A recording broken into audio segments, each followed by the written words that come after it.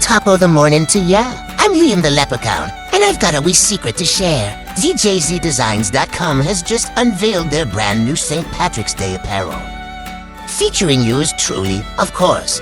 From cheeky tees to lucky prints, these designs are brimming with charm and plenty of gold. Whether you're heading to a parade or just feeling the Irish spirit, you look grand in these threads. So what are you waiting for? Skip the rainbow and head straight to ZJZDesigns.com. You'll find the pot of gold in your cart. No magic required. ZJZDesigns.com, where style is always in season. What's up, Everplayers? The sun is finally coming out, and you know what that means. It's time to get off the couch and back on the field for the spring 2026 season. We have a massive lineup this spring, but the clock is ticking. Registration for all spring leagues ends February 18th.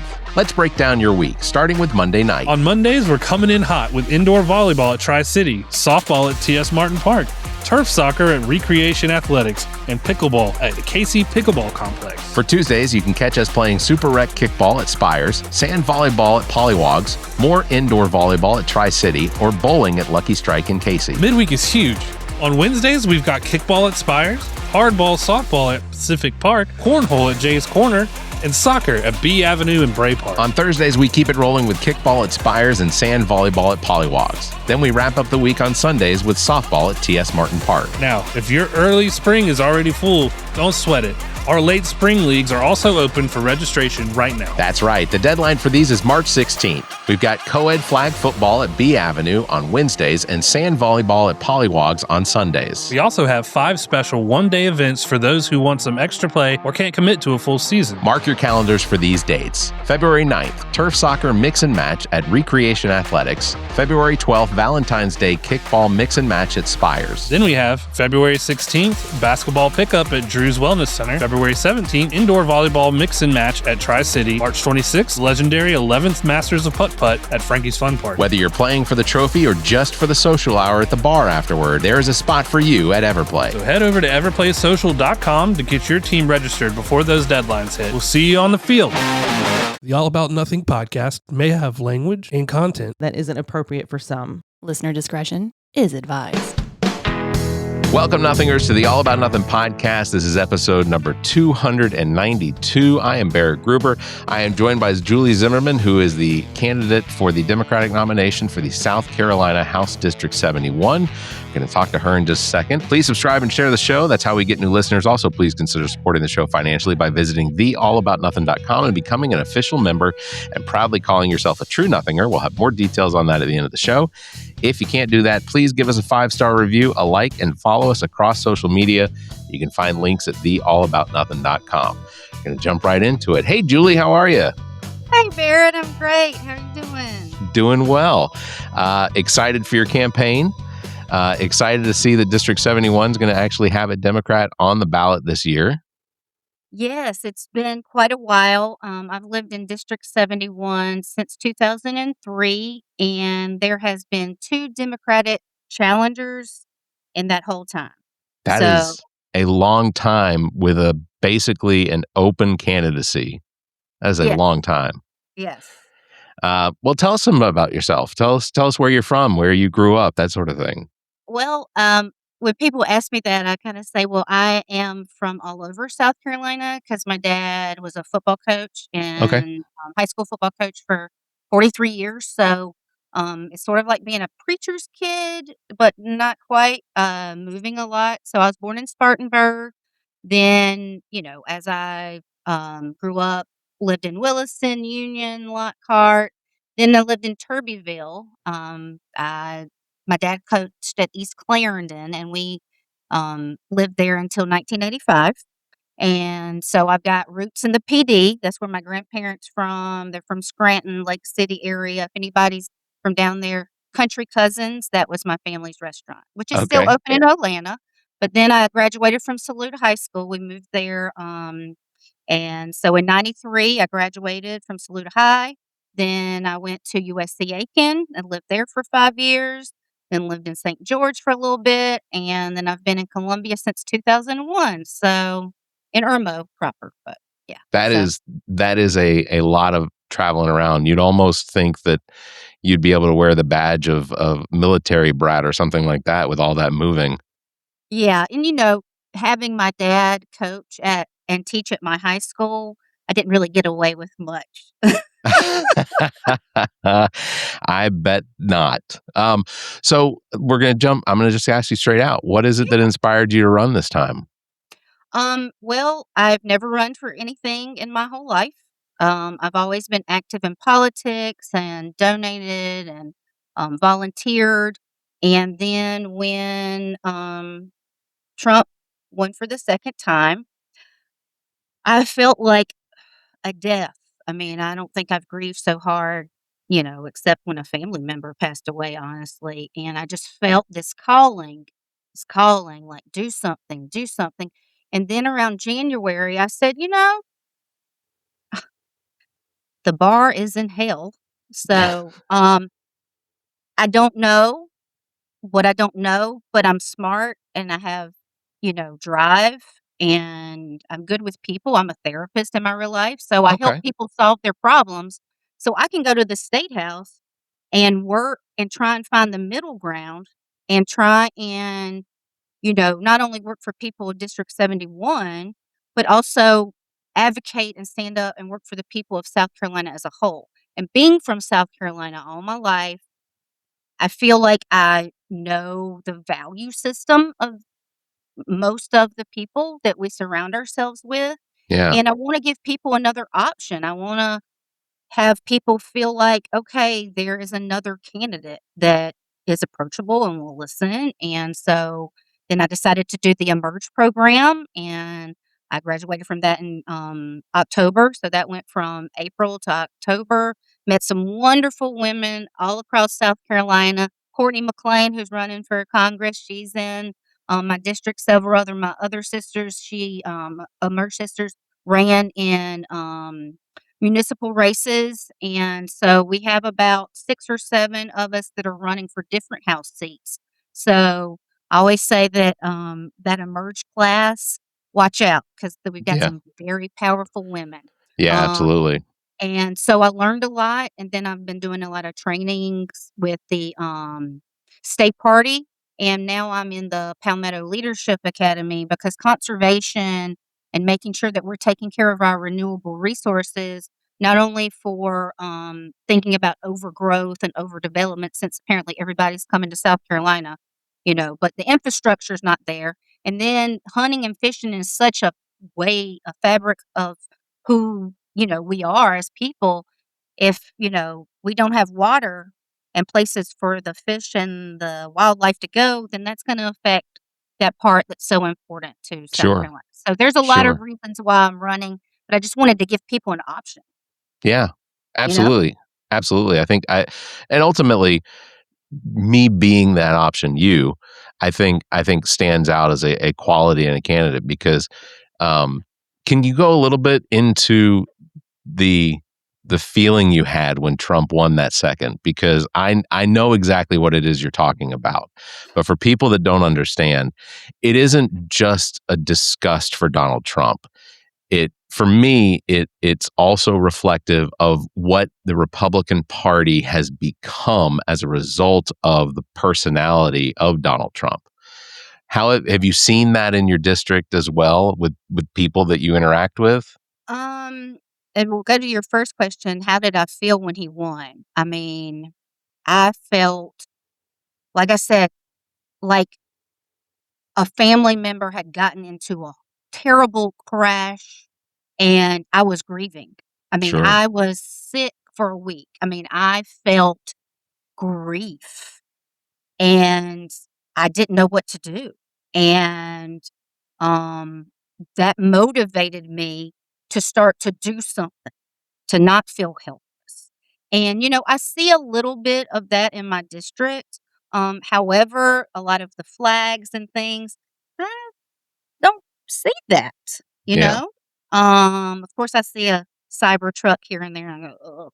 But, when someone who was against the Bush administration and everything they stood for, um, to think that I want George Bush back, that tells me how far we've walked down the plank. Sure. Right? And it's going to be up to everyday Americans. I mean, like people that are listening, I want to stress, like, there's nothing like special. I don't come from a bunch of money. I'm having to raise everything. My parents aren't funding. I don't have, there's no lawyers or doctors in my family except an aunt that lives in, Tennessee. But I don't come from a place of privilege other Yeah. than white privilege. I'm a white lady in the South, so I acknowledge that. But everybody can learn to do their part. It may not be running for office. It may be providing mutual aid. It may be going to protest. It may be calling. It may be saying, hey, did you know this person's talking? Come with me to this meeting. So, I also want to just be like a symbol of you don't have to really know all the steps to be able to do something and to be able to be a voice for the people, like a real person that talks plainly, you Right. know. So often we have, politicians that, you know, don't talk real talk.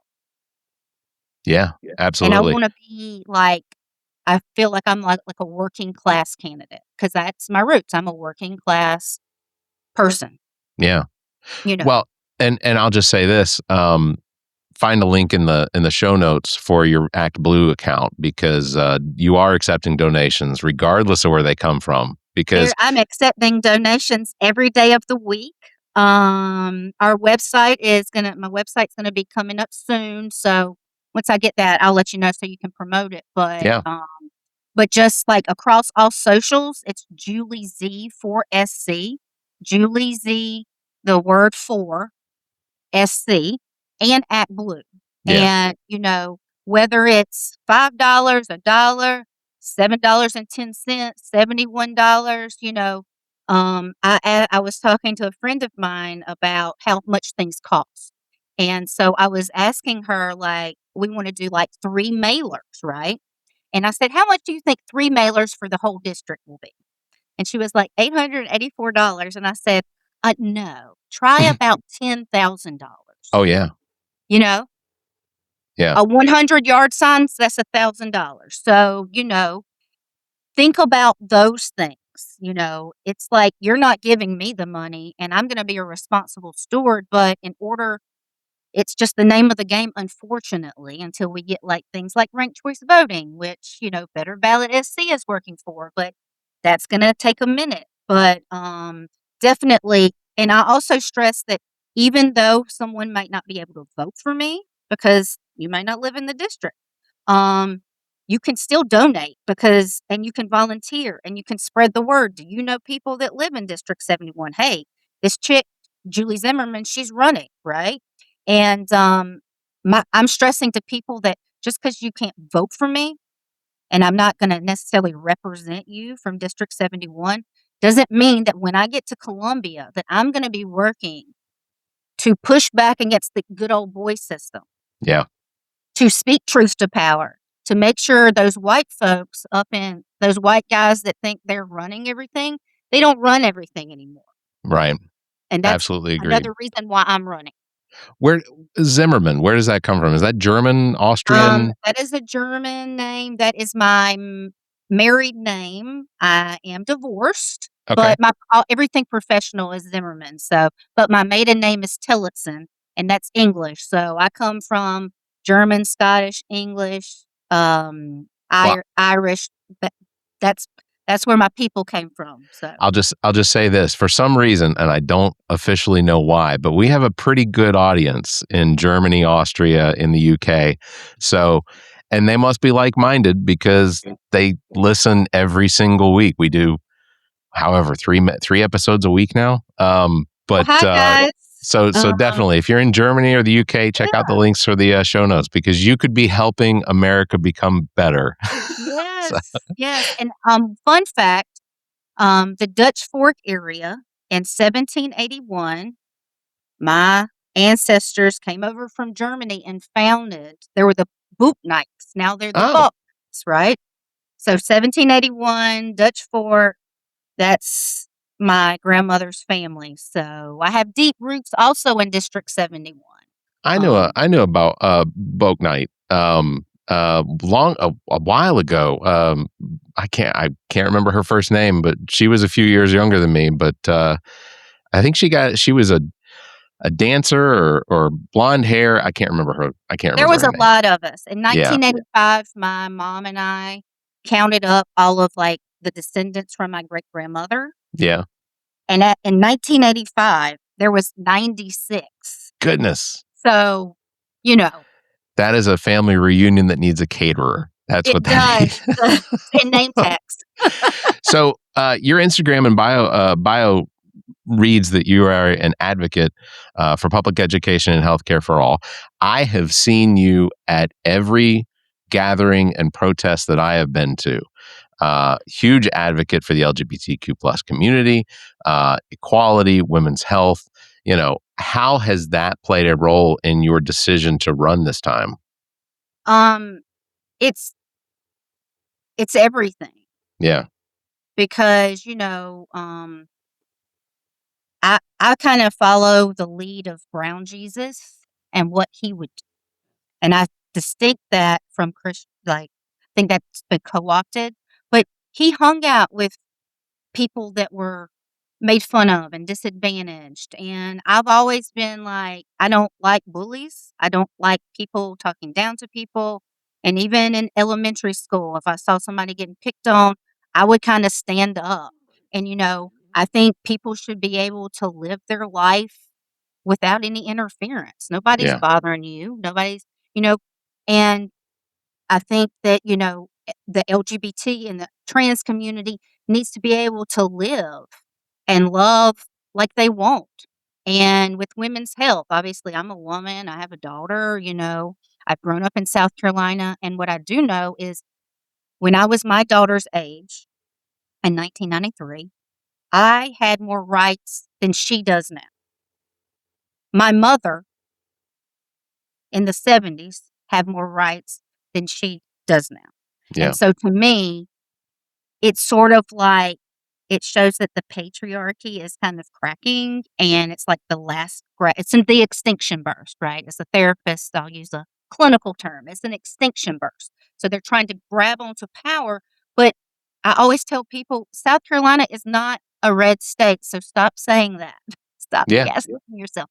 We are a purple state. And as we see at all these events, there are people that may not agree on every single thing. And it kind of, let's get back to those politics where politics was kind of boring. It was policy stuff. And you could have a friend that voted for Bush, but you could still go out to dinner and you could talk about something. And it's like, okay, we don't agree on that, but we agree on that. I don't, think that you're against like the people I love, and I want to be a voice. And again, I recognize that I have a certain amount of privilege as a cisgender white woman in the South, and I'm going to use that privilege every chance I get. Whether that's, at legislation day, that kickoff, or going to a committee hearing, or calling, or, speaking out at a protest. I'm down for the cause. And so all of those things play into another reason why I'm so motivated to just have people get to know me and realize, like, she is kind of what she says she is, Yeah. She's walking the walk, just not like lip service. You know what I mean? Yeah, that's what that, and it's interesting because I had a conversation today where someone asked me what essentially is the thing about equality for conservatives or people that are on the opposite opinion of me, and I said it's not necessarily that for the most part when you talk to anyone on either side, they're all in favor of equality, but it's how we balance that equality. It's where on let's say on the liberal side, on the progressive side, I look at equality as I'm here and I want to make sure that everyone can everyone has the opportunity to bring themselves up to here. And somehow we need government to try and equalize that equality. On the other side, they look at it as they're here and they want to bring us down to here to create that equality. And that's not what it is. That has nothing to do with what the progressives or the liberals want. It's about finding an equilibrium between the two. It's not bringing one down to bring one up. It's about bringing both of them to the same level. And I live my life trying to have the smallest negative impact on anyone that I possibly can. If I can have the positive income, I will explore that to the maximum effort. And as a candidate, I think that is something that it sounds like you want to do. You want to have the biggest possible positive income, or not income, the biggest possible positive outcome for everyone in your district, rather than just specifically targeting, or trying to hold back what is coming. Progress is always happening, regardless of how much we hold back the levee. It's coming. So kudos to And you on that. I wanna make a little caveat. It's not just for District 71. When I go Exactly. to Columbia, I wanna represent positive change for the people of South Carolina and Yeah. be on committees and write bills and legislations that will tear back some of the destructive nature that we've seen over the past 22 years.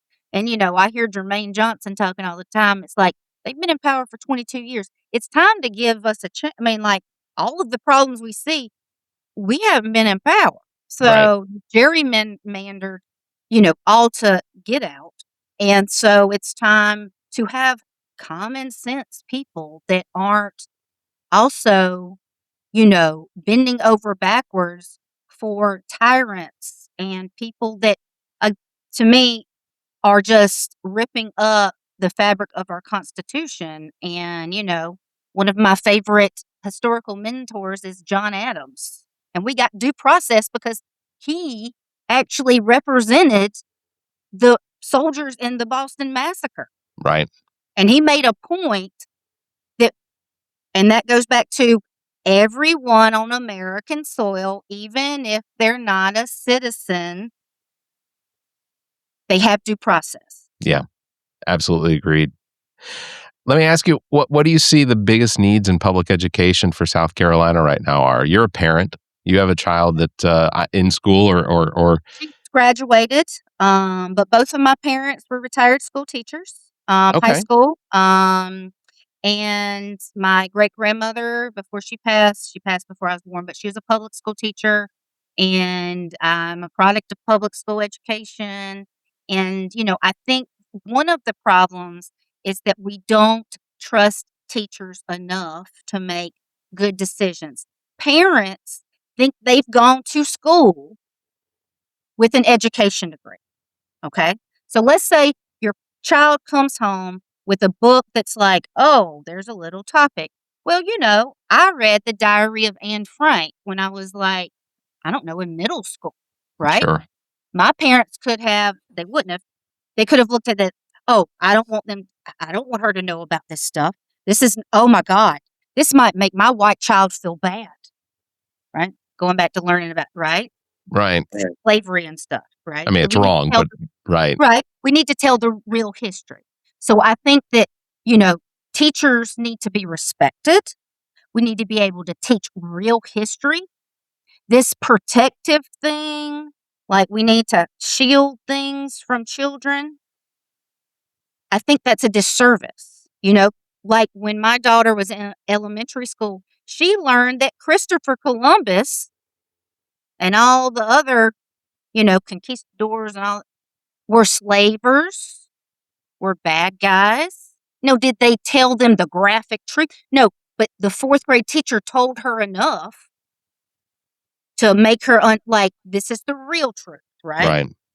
And I think, there's a way to teach children as they get older, the messages get more, like more real and you can have more discussion. So Yeah. I think that also, the voucher program, which my opponent voted for, Yep. siphons money from into charter schools, and charter schools do not have to follow any, if your kid has a 501 or an IEP or anything like that, they don't even have to admit your child. There's no services. So if your child has ADHD and needs longer to take, a test or, they don't have to honor any of that. And nothing against charter schools. But our tax paying dollars should not go to those schools. If people want to do charter schools, just like regular private schools, they don't get any funding from the state. Right.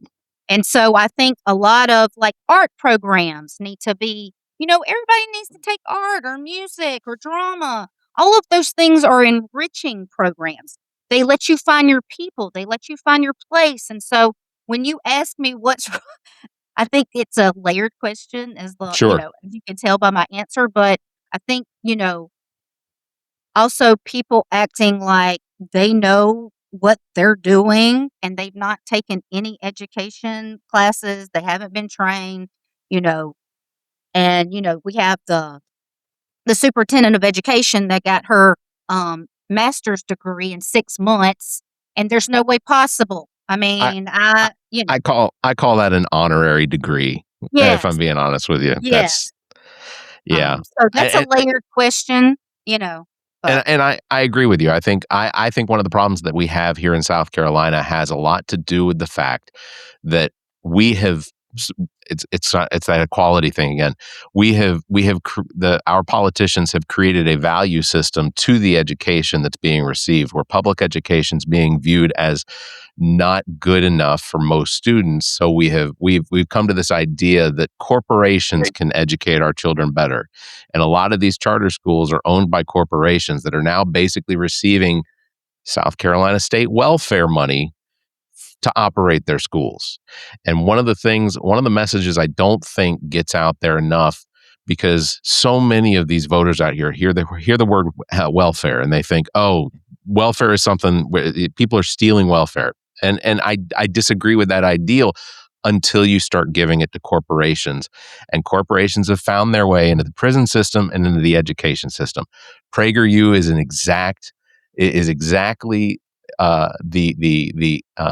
explicitly is an example of what I see wrong with corporations in the education system, because they can control the curriculum. And now where charter schools are being fought across the country, PragerU comes in and says, oh, well, why don't we just sell you this curriculum, where now they can manipulate what the students are being taught. When I was in school, I think one of the things that I remember for school was there wasn't this greater curriculum program that was available to all the teachers. The teachers that I graduated in 97, and the teachers they built their own curriculum based off of the textbooks that were available. And those textbooks were being printed by, the major textbooks companies, but at least the teachers were giving us. I had AP history and AP American history teacher who didn't teach out of the textbook at all. He was a retired Air Force colonel who served along the RAF in the UK for like 40 years, came back to the States as a retired officer, and then took up teaching for another 40 years.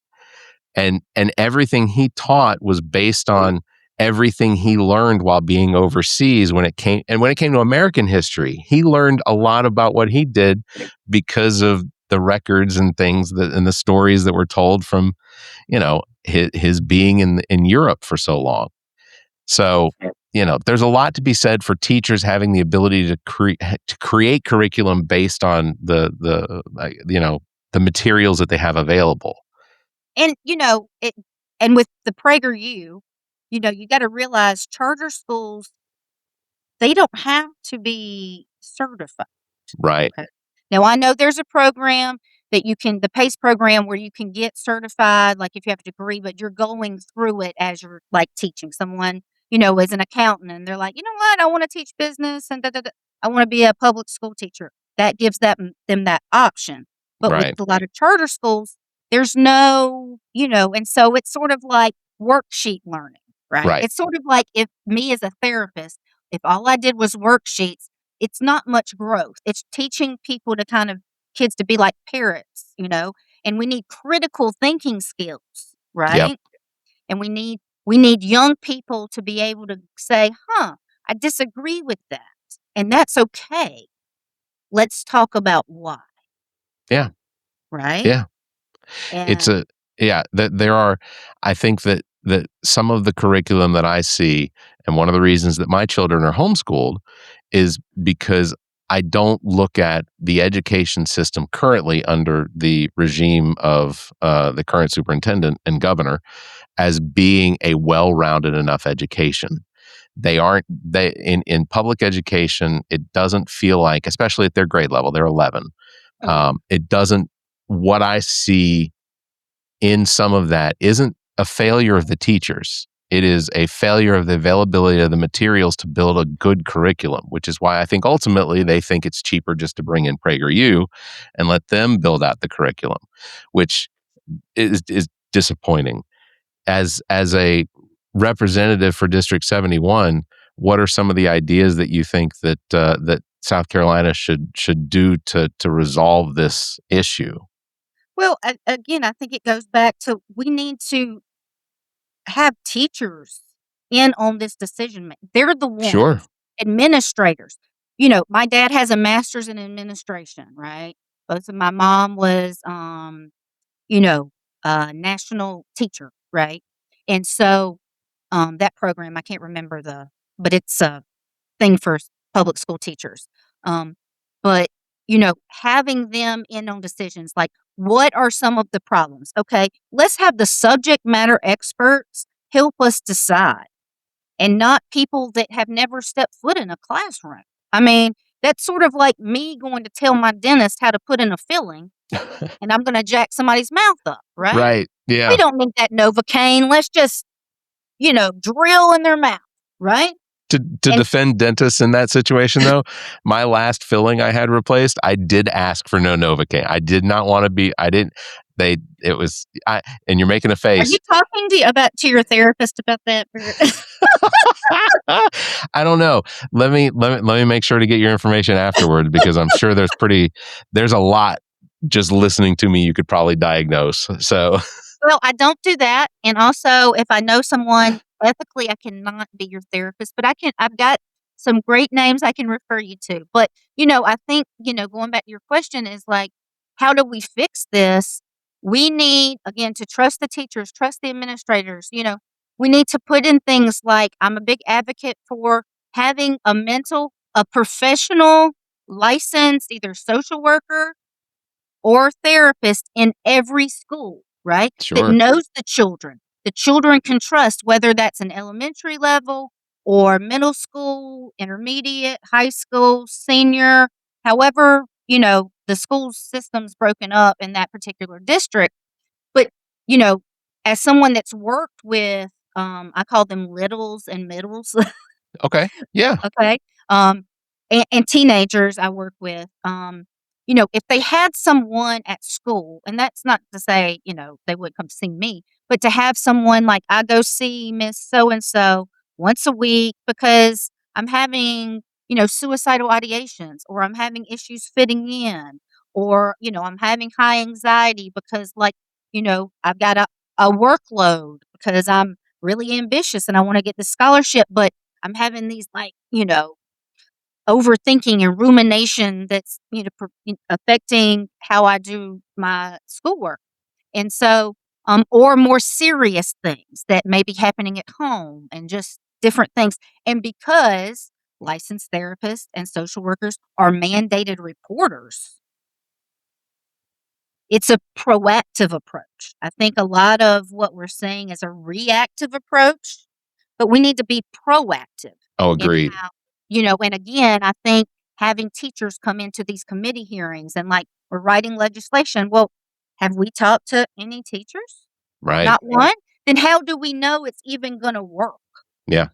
So I think 100% part agree. of it is having those subject matter expert, whatever it's about in the room, right? And inviting them in for conversations instead of thinking, I know best. I've got an office, I've got an assistant, I got a .gov address, and I'm a House of Representative member, so I must know everything about everything. No. Someone asked me a question and I don't know. I don't know. Let me get back to you. Or you have this concern. Tell me more about this. Maybe what you tell me can help me solve that problem, because I see, public service, and especially in politics, as we're problem solvers. We're customer service representatives, and we're problem solvers. Sure. Yeah, And absolutely we work agreed. for the people, and I think too many people have forgotten that, Yeah. you Yeah. know? And so Yeah. I want to be the voice of the people, the working class candidate, if you will. Well, between us, when you get elected, I definitely want to find out how many of the people you're working in committees with are narcissists and sociopaths. I want to. I'll have a little checklist. I can identify them already, so that's not even an issue. And Well, I'm not allowed to diagnose them. as a diagnostic nerd, I love the DSM-5 TR. Yeah. I find myself, especially personality disorders, I'm like, check, check, check, Yep. check, Yep. check. So we'll Yeah. discuss. Yeah. Off We're not air. gonna, yeah. Yeah, off air. Well, I mean, moving into mental health as part of healthcare, obviously huge across the state of South Carolina. What are your priorities when it comes to expanding and improving access to healthcare here in the South Carolina? Well, we need to look at the areas like Horry County. Okay, that is not only desert for access to healthcare, like traditional healthcare, but there's not a lot of therapists or psychiatrists or psychologists. So people have to do virtual sessions and like work with people like me in Columbia because they can't find a therapist, right? Right. So I think it's a multi-layer because we need people to want to get into the profession. And I'm not saying making the standards easier or anything like that, but we need to have situations where it's like, okay, my home county of Saluda, right?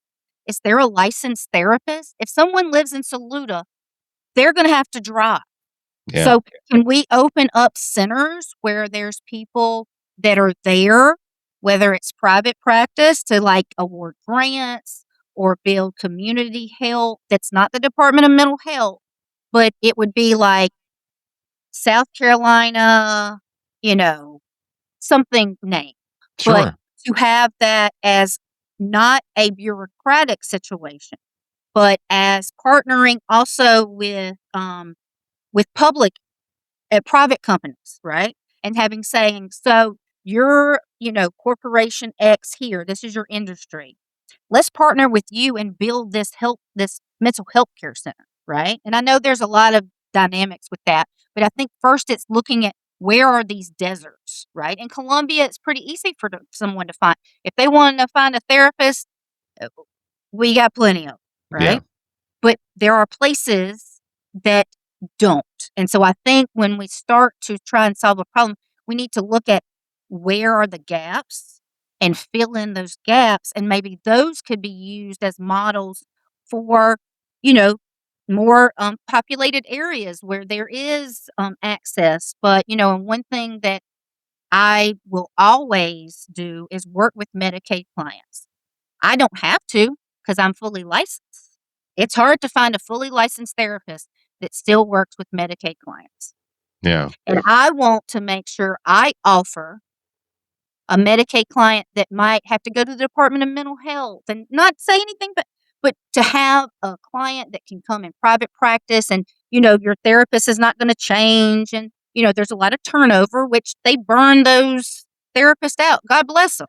I mean, I feel for them. It's overworked. And that's why a lot of people, kind of go out of the Department of Mental Health and you've got a lot of turnover that affects the continuity of care. But to have, a Medicaid client that can come to a private practice that gets treated with, respect and doesn't feel like a number, and we can get to really at the work and at the root of things. That's something that, I'm going to promote that more, yes, there's a lot of things, hurdles and stuff to get through, but sometimes we have to work and we have to stand up for people that don't have regular insurance or can't pay private pay, and so that's also something that I think encouraging fully licensed professionals to remember that, you know, we are called into this business to be a helper of people.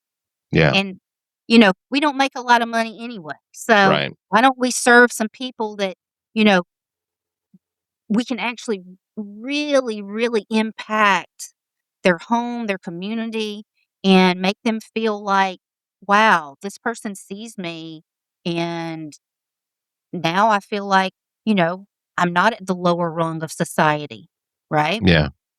And you talked about those deserts.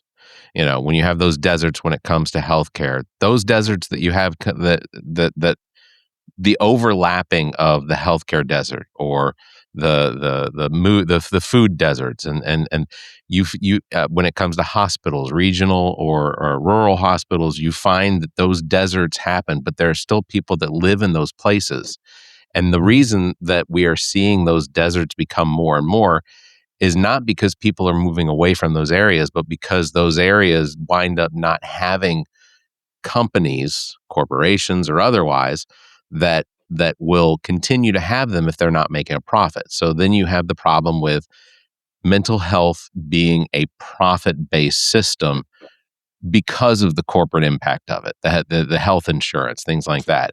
One of the difficult things about finding, even in Colombia, a licensed therapist, fully licensed therapist, is the insurances that they wind up working with, or that they'll be in network with, and it's not just because of the nurses it's not just because of the therapists themselves. It's because in order to be in network with a Blue Cross Blue Shield of South Carolina, you have to accept what they bill or what they're willing to pay for the service, on top of whatever co-payments are available and things like that. But healthcare across the country has become such a um, the idea of being a healthcare worker is so unappealing for so many people now because of the necessary profitability of it. And ultimately, to me, that goes completely against the Constitution, because the Constitution guarantees us life, liberty, and the pursuit of happiness. And if healthcare is now run by an industry that's only looking at numbers and not at people, then you've taken the happiness, the pursuit of life. You've taken the life out of it, Yeah. and you've taken away the happiness of it, because now you're just working for the dollar and not working to see the benefit for people. I don't think anyone gets into medicine or politics for the money of it. I don't think they do. I know doctors who went to school for the 8 years on top of the internships, and then finding a hospital that would hire them, that don't make that they have more money. They pay more towards their student loans from 25 years ago Mhm. than they do a year, and the interest keeps piling up. So I absolutely believe that at some point, whether it's state government or federal government, at some point there has to be some acknowledgement of the crevasse that we have created with this profitability issue, and recognize that the only way we're going to work ourselves out of it to have a happier, healthier community of all of us is that we have to take away the industry that's really crushing it with this idea of profitability. Well, I can just solve this problem today. Okay. Here we go.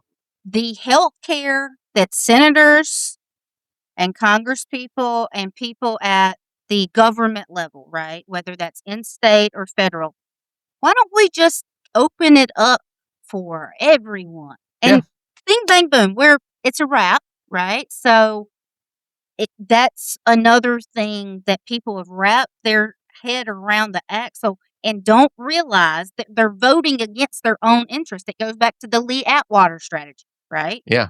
Yeah. And making a white man think they're better, even if they're living in a trailer, than any black or brown person, Right. right? And so I think that there is people that don't understand that if I voted for someone that wants, Medicare for all, the same health care our elected officials get. That we should fund public schools. So, I don't have to go to a charter school. I don't have to homeschool. There's an option for everyone, sort of like when we went to, right? Right. Back in the 90s, back when they had black and white TV, right? I was gonna say we had 3 tiers of school. We had private school, we had we had religious schools, and we had public schools. Those are the only ones I remember. I don't remember charter schools from when I was in school or when we were in school. We had St. Mary's was down the street, St. Pius was down the street, and then there were some private schools that I think they're still open today. But even I have friends that work in charter school program in Georgia that they aren't making millions and millions of dollars because Georgia handles it a little bit differently. Like the voucher program is not, it's not the same as in South Carolina, where they don't just yank money out of the public school fund and throw it into what is essentially a private school that can still pick and choose which students it wants. If testing is an issue, then they get to choose which students take tests so that their numbers always look good. It's they've moneyballed the situation for themselves. Yeah. And again, anyone listening, if you're employed at charter school, I have friends that are teachers at charter schools, their children. I'm not dogging that out. I'm just saying our tax-paying money should not be siphoned to take away programs to fund new schools. It should be like a private school like King Academy in Saluda County. They don't get any state money. It's paid through tuition, right? Yeah. Again, it's that equality of, and in this case, the state funding of bringing the value of the public school down so we can raise the money going into a charter. It doesn't have to be this way. We had the state of South Carolina had a budget surplus several years in a row that they ultimately send us back refunds. Don't send me, as much as I enjoy getting money in the mail, use that money in the education system. Use that money in the healthcare system to and ultimately it's going to take representatives like you to say, whoa. We made some interest. What are we doing? Why are we sending this money back to people? Because we want to get reelected? Let us do best during the time we have. You said it. They're sending money back because it was like the Trump check. Oh yeah. Oh, McMaster sent me money. Let me reelect him. So and so is my representative. He helped that, right? And so I just think it's time to speak truth to power and talk plainly and have conversations and recognize, like, hey, we don't have to agree on everything, but what are some things that we do agree on? Right. Can we work on those? And the stuff that it's like hard stops, maybe we can just put those on the back burner. Yeah. For a moment. I want to ask about your social media before we get done here. You use Facebook, Instagram, TikTok to connect with your voters. Have those platforms helped you hear from people in your district about, and what have you learned from that? TikTok is a little more varied because there's Sure. people that follow me from like Utah, Oregon, Washington State. I've connected with a lot of people in South Carolina. Instagram and Facebook are a little more centralized. I am on Blue Sky as well. But one of the things that I'm hearing is like, oh, someone's running, right? There's some excitement. How can I help? And another thing is like me finding out what is important to the voters of District 71, because those are the folks that are going to be, electing me when I win, right? Absolutely. They're going to, be knocking on those doors. They're going to be making those phone calls. They're going to be investing in me so I can invest in the district and in the state. But one thing that I've heard over and over again is overdevelopment, data centers, natural resources, infrastructure, fix the damn potholes, right? I mean, I think there needs to be better cooperation, especially like in Irmo, we don't have a public works, right? Like for street and all of that stuff. And as someone that used to work in sales, and I dealt with a lot of these type of municipalities, so I kind of know a little bit about how things should be done. Because Yeah. like my customers taught me how to actually fix a pothole one time, like and then tamped it and did all the things and all that. But like you can't just throw gravel in a pothole and then it rains and then the pothole, people are, I had to get my tire replaced because I hit a pothole just like 2 weeks ago, right? And Goodness. so that's one thing that I've really heard.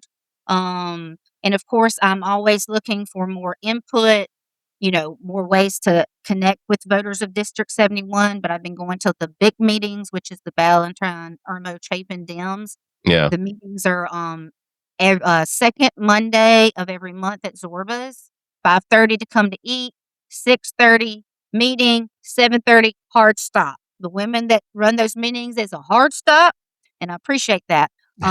But I know that there's going to be other things that I'm going to hear from voters, Yeah. and I'm excited to what are your issues? What do you want me to focus on? Because maybe something that I'm already interested in maybe align, or it might be something like, tell me more about that, or I don't know anything about that.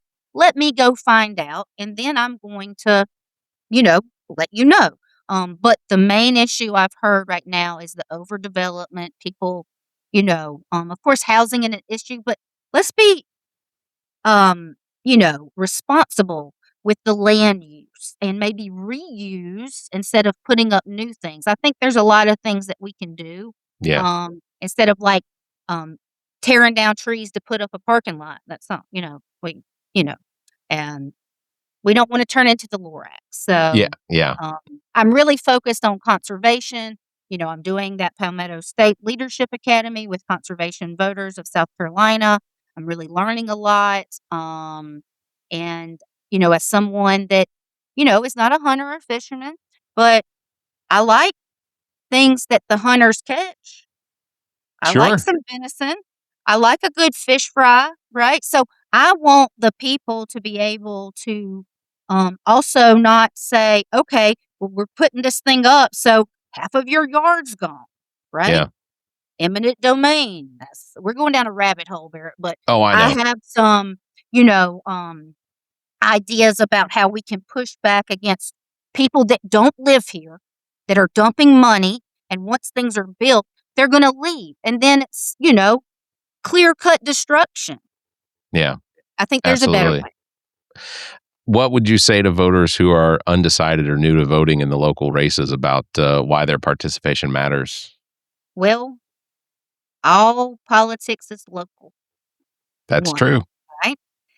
To enact the greatest amount of change, local, right?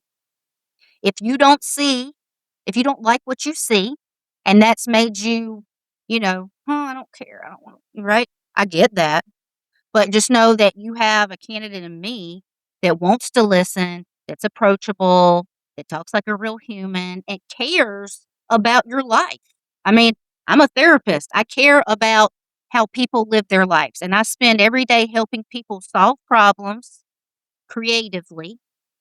And it's not about me. I'm not running because I want power or have you know, something else I want to run for. But just because you may feel disaffected or feeling like I can't do anything, well, in order to create ripples, imagine yourself standing at Lake Murray, right? And you throw a pebble, right? It ripples. Well, somebody else comes beside you. Hey, friend, throw a pebble, right? Guess when we start feeling like, oh, the pebble that I'm throwing along with everyone else is going to create a wave. Sure. And so each of us have, you know, we need to realize that we're not helpless and there's something that I can give back and volunteer, donate, get involved. I'm telling you, through this last year, being involved with 5051, helping planning protests, then deciding to run for office, doing the Emerge program, getting to know some wonderful people like yourself and other people that I would have never known if what we were dealing with, we're dealing with. Yeah. And so out of something really frustrating and sometimes terrible news, like we heard this weekend, can come something, meaningful and beautiful and make us get out of our comfort zones. And so that's my message to the voters of South Carolina, voters of District 71. Also, we are not a red state. We are a purple state, and District 71 is the only seat in all of Richland County. A blue county. That is held by a Republican. Yeah. And I think it's time for the voters to rise up, speak truth to power, and elect me so I can reflect the values of the people of District 70. Yeah, absolutely. Volunteer opportunities for people? Yes, how can they get a hold of you? I'm going to send you my Google form for my volunteer, but my email, if anyone is interested, JulieZ4SC@gmail. Again, the word 4, not the number. At Blue, I'm going to send you that link so you can attach it. Julie Z for SC. Any socials, Julie Z for SC. And so if anybody hears this, listening to this, and you want to go follow me, send me a message and go, hey, let's have a conversation. Let me know you heard me and Barrett talking. Well, Julie, I think it's fantastic that you're running. I'm really glad that there's going to be a candidate on the ballot to go against the incumbent, because that does not seem to be happening enough for District 71. I live in District 88, where I don't know what to tell you. Yeah, Chuck was fantastic. Oh, he did. I mean, the inroads was an 11-point swing, which is fantastic. And fun fact, my mom used to work with Chuck's wife. So they knew each other. When my parents met Chuck, they already knew each other. Which is how cool is that?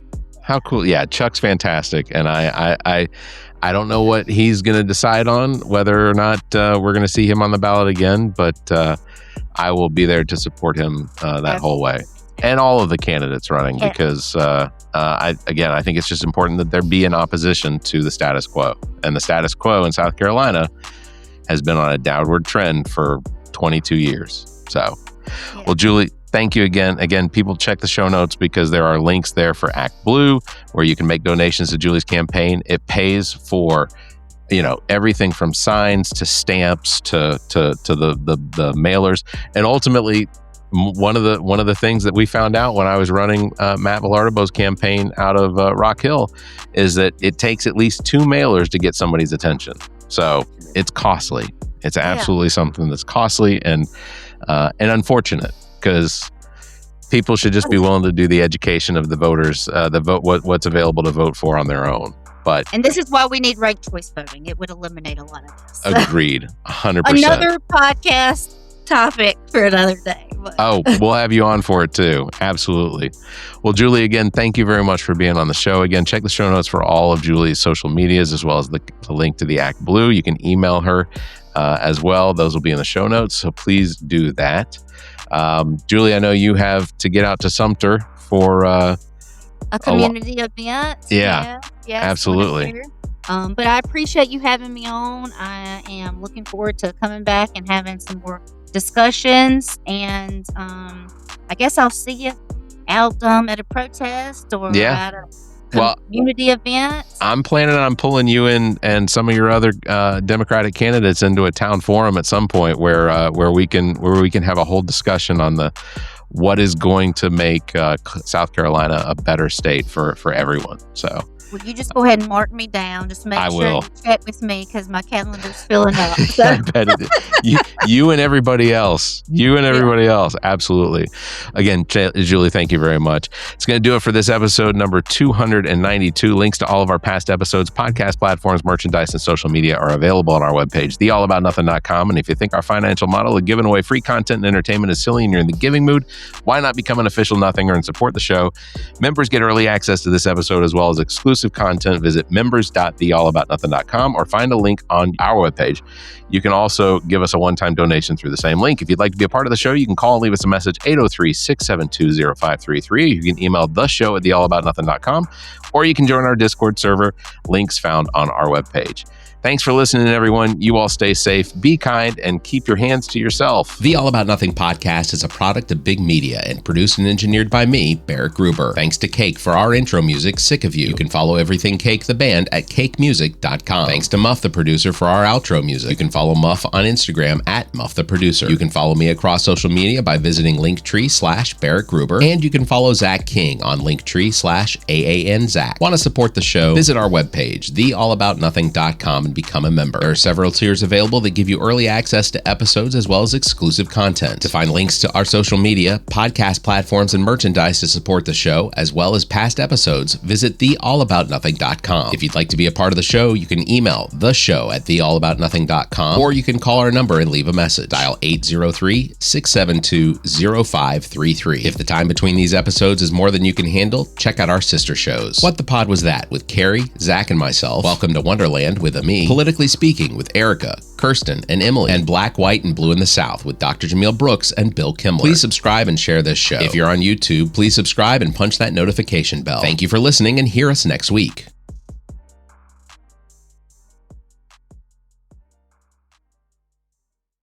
The preceding podcast is solely owned by the host or hosts and is distributed by Big Media, LLC. Copyright 2026.